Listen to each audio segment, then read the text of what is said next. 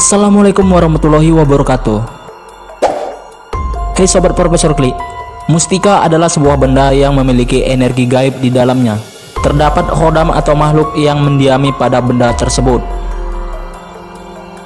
Beberapa di antaranya banyak diburu dan dicari oleh orang-orang yang mengerti khasiatnya.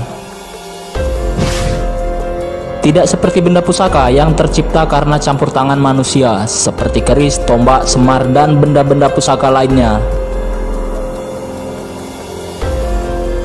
Berbeda dengan mustika, ia memang terbentuk secara alami tanpa adanya campur tangan dari manusia.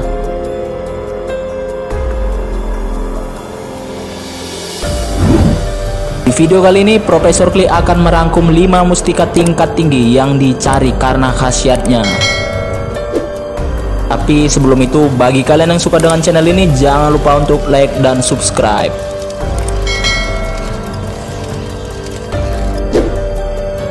5. Wesi kuning.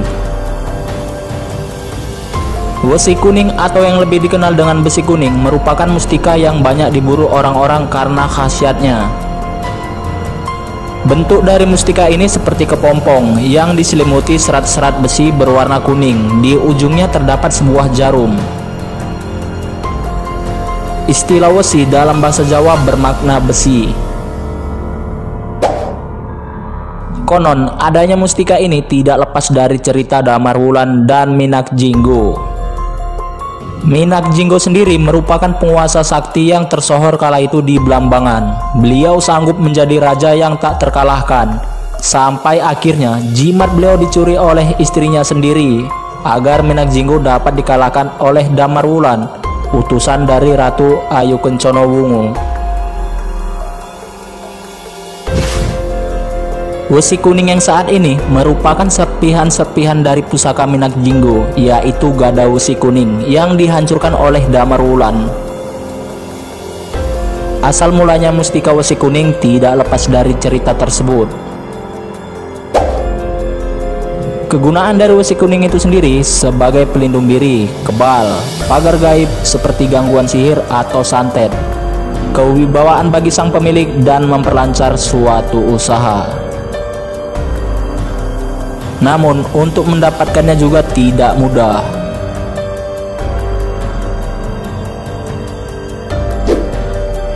4. Mustika lipan atau kelabang. Seperti namanya, mustika yang satu ini berasal dari lipan atau kelabang. Bentuknya kecil, berwarna merah agak gelap. Mustika ini juga banyak dicari orang karena energi gaib yang bersemayam pada mustika tersebut. Energi atau khodam pada mustika itu dapat memberikan keberuntungan pada sang pemilik. Jika digunakan untuk berjudi, maka sang pemilik akan memiliki keberuntungan di segala permainan judi. Jika si pemilik bermain judi dadu, ia dapat menebak angka dadu. Ketika ia berkonsentrasi, pandangannya dapat menembus mangkuk yang menutup dadu tersebut, sehingga ia dengan mudah menebaknya. Selain judi, mustika ini juga dapat digunakan sebagai penglaris, perlindungan diri, dan juga kewibawaan.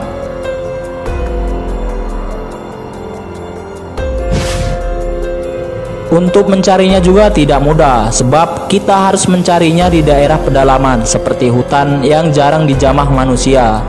Tentunya di daerah lembab yang dihuni oleh koloni lipan atau kelabang itu sendiri. Tidak semua lipan atau kelabang memiliki mustika ini, dikarenakan si pemilik aslinya adalah Raja Lipan itu sendiri. Mustika ini berasal dari air liur Raja Lipan yang mengkristal atau membatu. Biasanya mustika ini terletak atau menempel di atas kepala lipan atau bisa juga di bagian atas mulutnya. Keberadaan mustika ini sangat sulit diketahui dikarenakan tidak semua koloni lipan memiliki mustika ini. Hanya orang yang berkemampuan tinggilah yang dapat mendeteksi keberadaan mustika yang satu ini.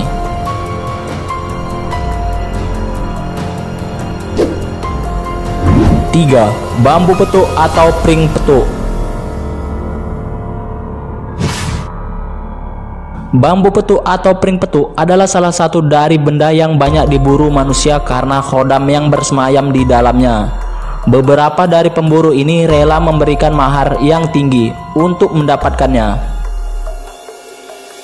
Bambu ini tidak jauh berbeda dengan bambu pada umumnya, hanya saja bambu ini sedikit unik karena pertemuan kedua ruas pada batang bambu tersebut yang jarang dijumpai dari kebanyakan bambu lainnya.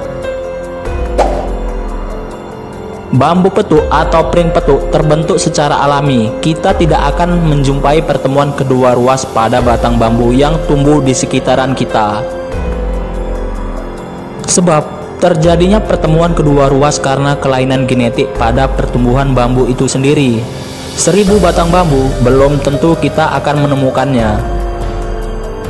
Karena kelainan inilah membuat bambu petuk atau pring petuk jadi tempat bersemayamnya jin atau khodam. Bambu petuk yang asli ia tidak akan mempan dibakar karena khodam yang bersemayam akan melindungi bambu tersebut. Bambu ini dapat digunakan sebagai perlindungan diri seperti kebal, anti peluru dan gangguan sihir seperti santet. Untuk mengetahui kegunaannya, kita harus dapat berinteraksi pada khodam tersebut dan menanyakan bambu ini dapat digunakan untuk hal apa. Karena jin atau khodam memiliki kemampuan yang berbeda-beda. Di saat itulah khodam yang bersemayam pada pring petuk tersebut akan memberitahukan kepada kita kegunaan sekaligus mantranya. Perlu diketahui, tanpa mantra dari khodam tersebut, bambu petuk tidak akan bisa aktif.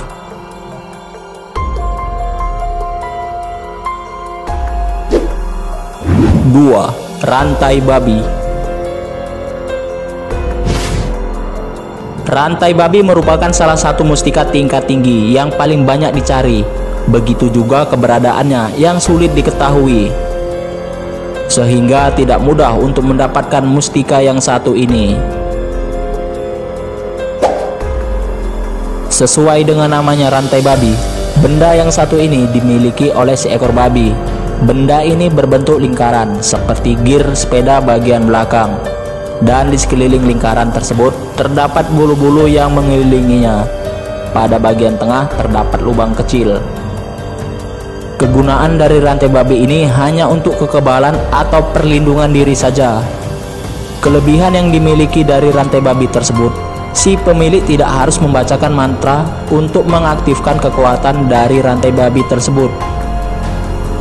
Ia secara otomatis dapat aktif dengan sendirinya tanpa harus membacakan mantra atau rafalan.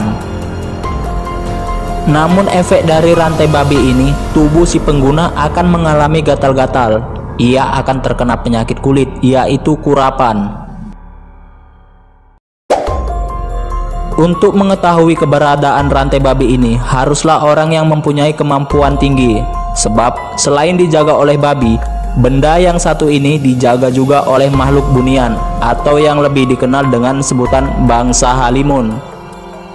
Dikarenakan pemilik aslinya adalah bangsa Halimun itu sendiri, rantai babi itu hanya dititipkan kepada babi hutan guna melindungi babi tersebut dan kawanan babi lainnya.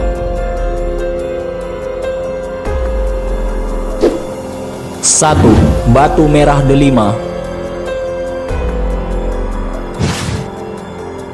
Mustika yang satu ini termasuk mustika yang nomor 1 yang paling banyak dicari dan paling susah untuk mendapatkannya.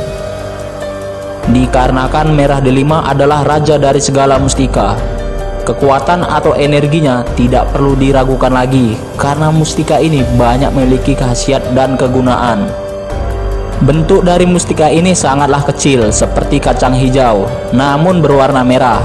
Kata merah delima itu sendiri diambil dari biji buah delima. Merah delima adalah mustika yang telah diberkahi Allah Subhanahu wa Ta'ala. Jadi tidak semua orang dapat memiliki benda yang satu ini. Hanya orang-orang tertentu dan sudah dikehendaki Allah lah yang dapat memiliki mustika ini. Seperti para raja-raja terdahulu atau hamba-hamba Allah yang soleh yang pantas memilikinya. Di antara mustika-mustika lainnya, hanya merah delima lah yang memiliki banyak khasiat seperti mengobati penyakit baik medis ataupun non medis, menjadi pagar gaib, perlindungan diri, kewibawaan si pemilik, anti sihir dan santet, dan masih banyak lagi. Keunikan dari merah delima, di saat malam satu suro, ia akan mengeluarkan cahaya yang terang, namun itu hanya sebentar saja. Perlu diketahui, mustika ini sudah ada sejak zaman dahulu. Ia memiliki energi alam dan khodam yang bersemayam pada mustika tersebut adalah Raja Jin. Itu sebabnya mustika ini disebut sebagai raja dari segala mustika. Mustika ini dapat menghilang dengan sendirinya atau kekuatannya akan hilang jika si pengguna mempergunakannya dengan tujuan yang tidak baik. Dan satu hal lagi yang perlu diketahui, merah delima bukanlah sembarangan benda yang bisa diperjualbelikan atau dijadikan mahar.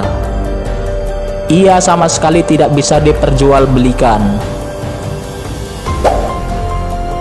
Dari kelima mustika yang di atas, selain memiliki energi yang tinggi, untuk mendapatkannya juga tidak mudah.